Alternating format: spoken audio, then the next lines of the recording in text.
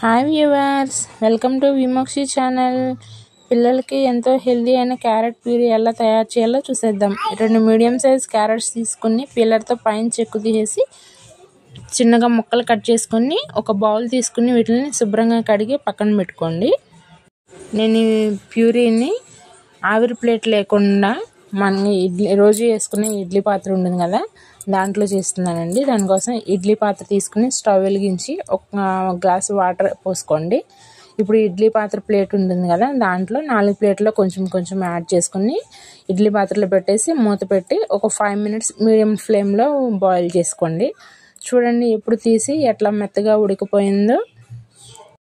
ఇప్పుడు మనం ఈ ఉడికిన ముక్కల్ని ఒక మిక్సీ జార్ తీసుకుని దాంట్లో యాడ్ చేసుకోండి. వీటిల్లో ఒక పావు టీ కప్పు వాటర్ యాడ్ చేయండి, స్మూత్గా వస్తుంది పేస్ట్ అనేది.